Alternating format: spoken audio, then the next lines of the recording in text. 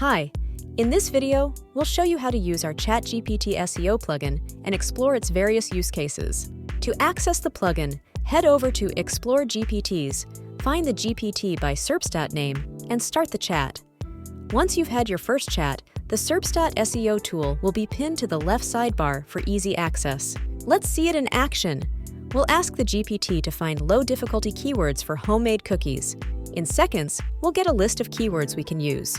From here, we can either work on our own or ask ChatGPT to whip up a blog post, product description, meta description, social media post, etc., using those keywords. Besides keyword research, the Serpstat GPT also provides information on a domain's SEO performance and backlink metrics. Ask ChatGPT to suggest new SEO strategies, offer helpful tips, or compare several domains based on the provided metrics. How are you using the Serpstat with GPT? Let us know in the comments below. Hit the thumbs up button, subscribe, and ring the bell not to miss further updates.